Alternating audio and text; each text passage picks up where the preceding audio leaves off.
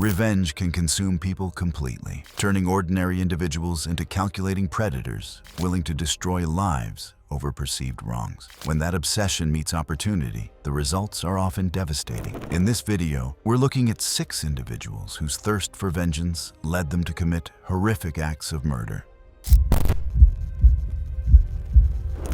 It was February 3rd, 2019, in Port Orford, Oregon. The early morning was foggy and quiet, with only light drizzle moving across the harbor and the usual sounds of gulls over the docks. Evelyn Park, 47, was a marine biologist known in coastal research circles for her work on habitat degradation and fish population decline along Oregon's shoreline. She spent most of her career collaborating with state agencies to track illegal harvesting patterns and assess their long-term ecological impact. Her findings had been used in several environmental cases, and colleagues described her as methodical, quiet, and deeply focused on data rather than conflict. Her testimony in late 2018 was part of a broader investigation into repeated quota violations and off-record sales tied to local operators, including longtime fisherman Greg Dalton. Dalton, 52, had spent over 2 decades working the same coastal routes, relying on seasonal catches to support his family and maintain his boat.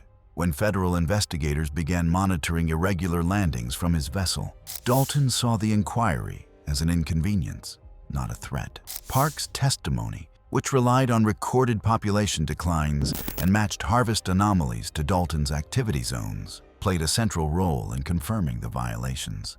Dalton's conviction cost him his license, boat, and home, and his marriage collapsed soon after. He fixated on Park, blaming her testimony for his downfall and recasting it as a personal betrayal, fueling a slow, deliberate motive for revenge. Unlike typical harassment patterns, Dalton's approach was methodical and patient.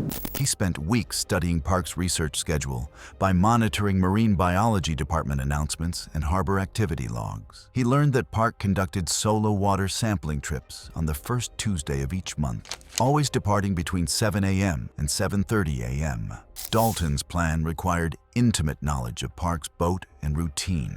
He had previously worked as a marine mechanic and understood boat systems thoroughly.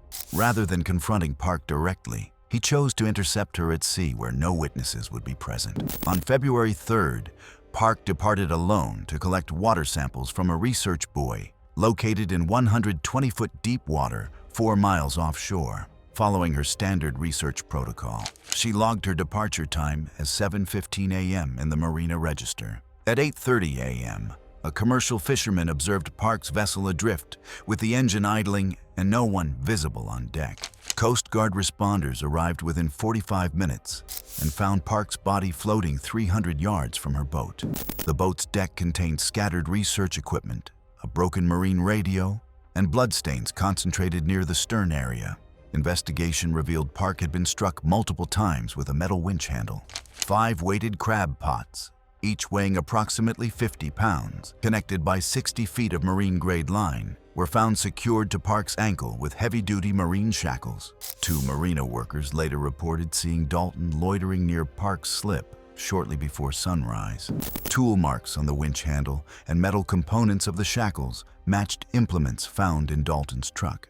Store receipts confirmed his purchase of additional crab pots and marine hardware 2 days earlier. Marina security footage captured Dalton hiding inside Park's boat storage compartment before her departure. Investigators reported that Dalton admitted during questioning that he had concealed himself on the vessel, struck Park with the winch handle when she reached the sampling site, and attached the weighted crab pots before pushing her overboard. He was convicted of first-degree murder and sentenced to life in prison with parole eligibility after 30 years. The medical examiner determined the cause of death was drowning, with contributory blunt force trauma to the skull from repeated winch handle impacts.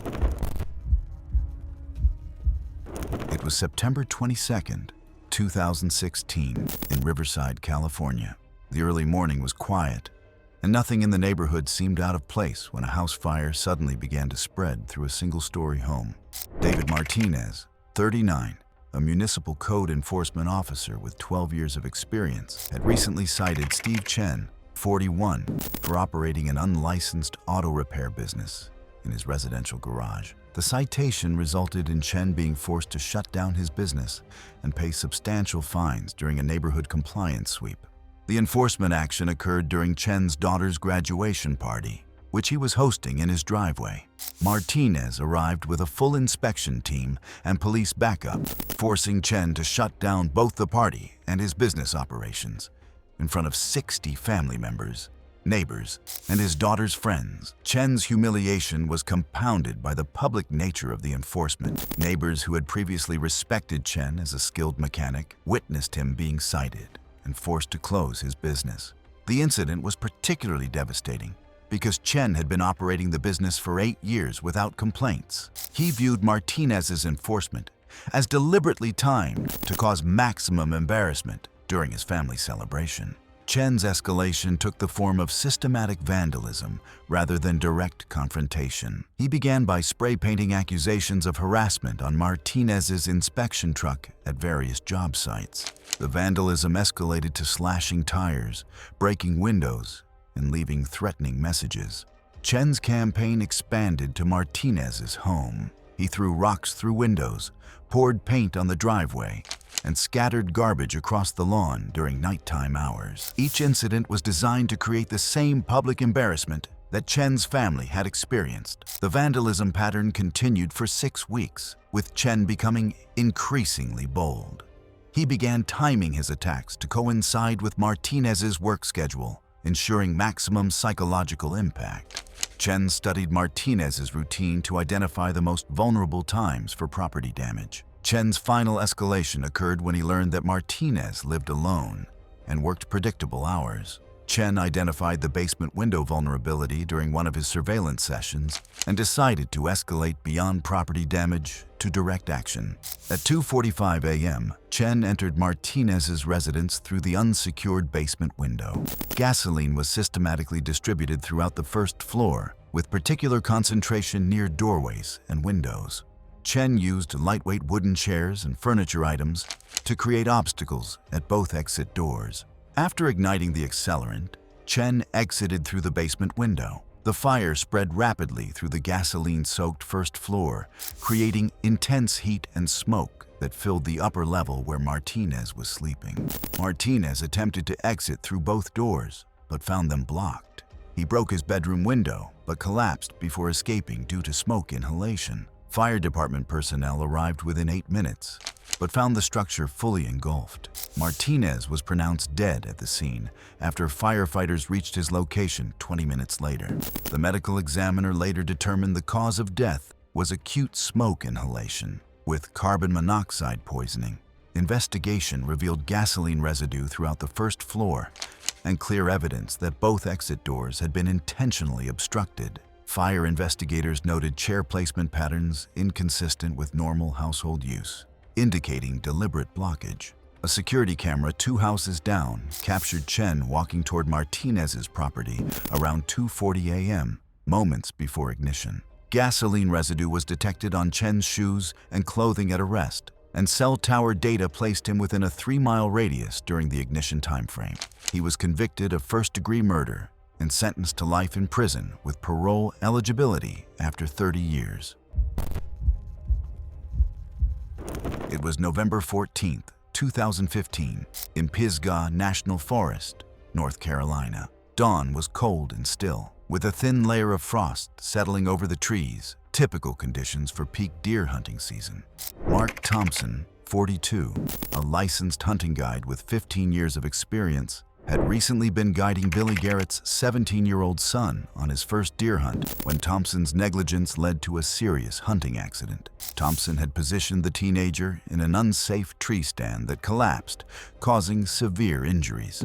Garrett's son suffered a broken back and internal injuries when the poorly maintained tree stand failed during the hunt. Thompson had failed to inspect the stand's condition before allowing the inexperienced hunter to use it, despite being responsible for ensuring client safety. The accident occurred because Thompson was guiding multiple hunters simultaneously and had not properly maintained his equipment. He had rushed the safety briefing and failed to check the stand's structural integrity. violating basic guide safety protocols. Garrett's son required multiple surgeries and months of rehabilitation. The injury ended his plans to join the military after high school and left him with permanent mobility limitations.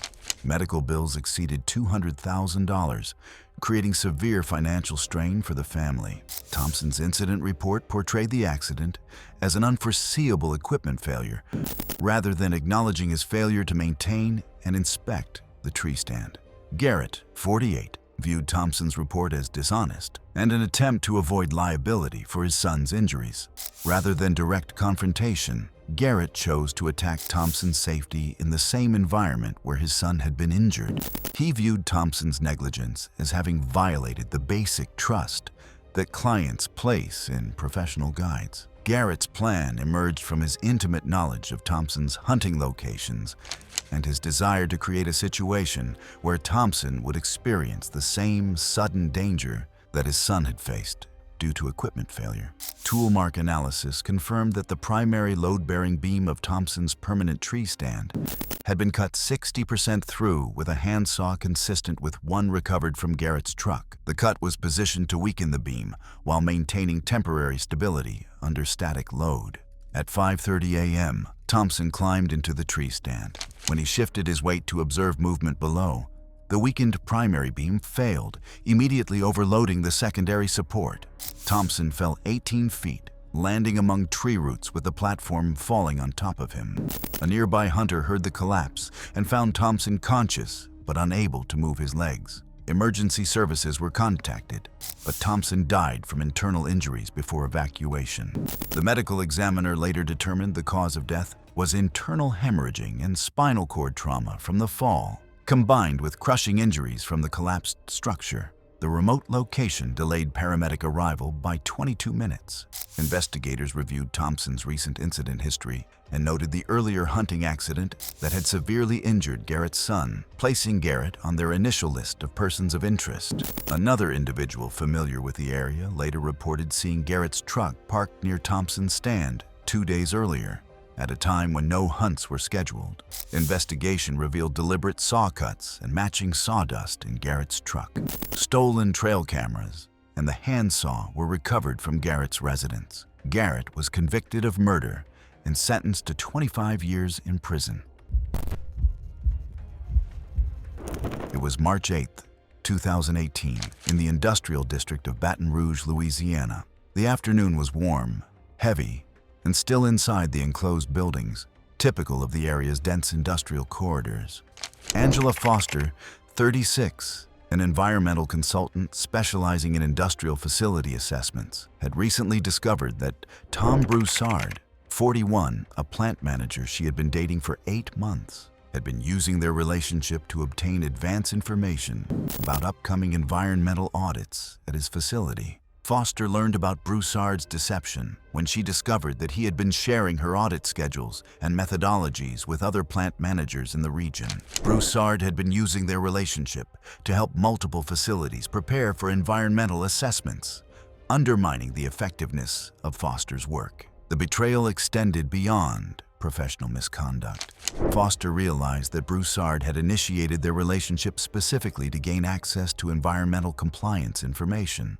He had researched her background and deliberately pursued her at industry conferences. Foster's discovery led to an investigation that revealed a pattern of facilities passing environmental audits that should have failed. Broussard had been providing advance warning about specific violations that consultants would be examining, allowing companies to temporarily address problems before assessments. When Foster reported the misconduct, Broussard was terminated from his position and faced potential criminal charges for obstruction of environmental enforcement. However, Broussard blamed Foster for the investigation, claiming she had violated his trust by reporting their relationship. Unlike other cases involving prolonged harassment, Broussard's approach was direct and immediate. His anger was triggered when Foster's report led to investigations at multiple facilities, where he had provided inside information, destroying his reputation throughout the industry. Broussard focused his rage into a single, calculated act of revenge that he planned to execute during Foster's next assessment at an industrial facility, where he still had access through former colleagues. Broussard obtained legitimate visitor credentials by scheduling a meeting with facility management under false pretenses. He purchased muriatic acid and chlorine-based bleach from separate stores, paying with cash. At 1:15 p.m., Foster was documenting violations in a small electrical room when Broussard appeared. He had pre-mixed the chemicals in a sealed container outside the room. He opened the container inside the confined space, releasing concentrated chlorine gas, then quickly exited and secured the door using a steel bar. The chlorine gas rapidly concentrated in the sealed room. Foster's inspection materials were found scattered near the door, indicating her attempt to escape. Plant maintenance worker Carlos heard Foster calling for help and removed the steel bar obstruction. Finding Foster unconscious, Foster was transported to the hospital, but died from chlorine gas poisoning despite medical intervention. Facility entry logs showed that Broussard had checked in shortly before the incident, despite having no legitimate appointment scheduled. Security logs also verified that he had used visitor credentials to enter restricted areas earlier that afternoon. The medical examiner later determined the cause of death was acute chlorine gas poisoning, resulting in severe chemical burns to the respiratory system and pulmonary edema. Broussard was arrested attempting to leave the facility. Investigation revealed the chemical container and steel bar inside the electrical room. Store receipts confirmed his chemical purchases, and security footage verified his presence at both stores. Broussard was convicted of first-degree murder and sentenced to life in prison with parole eligibility after 30 years. It was July 19, 2017, in downtown Seattle, Washington. The morning was clear and mild, and the high-rise construction site had settled into its usual rhythm as crews prepared for inspections. Nothing about the conditions suggested the kind of event that would permanently alter the project's history. Robert Kim, 31, is a safety inspector assigned to monitor code compliance across the region's high-rise developments. Kim had recently issued a shutdown order at a major project after documenting multiple deviations from state-mandated scaffolding and tie-off standards. The violations had been tied to 40-year-old foreman Jake Sullivan, who had been implementing a series of modern European fall protection techniques he believed were safer than the traditional American systems required by code. Sullivan had spent years advocating for these methods, compiling data that showed improved accident outcomes on the projects where he had quietly used them. He believed the shutdown not only dismissed his work, but publicly marked him as a foreman who couldn't follow basic regulations, a label that spread quickly in contracting circles. Within a week, Sullivan was removed from his position, his reputation damaged, and several upcoming jobs rescinded based on concerns about compliance reliability. To Sullivan, this wasn't simply a professional disagreement. He saw Kim's enforcement as an attack on his credibility and a personal humiliation that destroyed his livelihood. The shutdown happened during a morning walkthrough in front of crew members, subcontractors, and supervisors. In Sullivan's eyes, Kim's strict adherence to code language had not only halted progress, but had ruined him publicly. The resentment grew steadily, turning into a focused intent to retaliate. Sullivan knew Kim continued to perform routine inspections at the same site.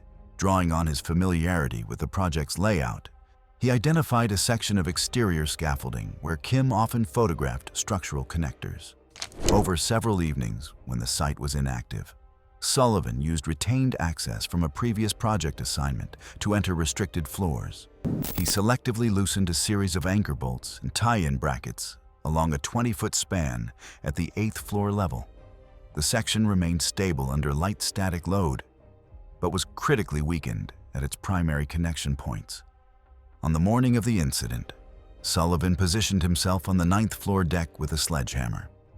Kim arrived shortly after 9 a.m. for a routine inspection. As expected, he moved beneath the compromised 8th floor connectors to photograph a previously flagged section of scaffolding. From ground level, the structure appeared stable, and the loosened bolts showed no visible distortion.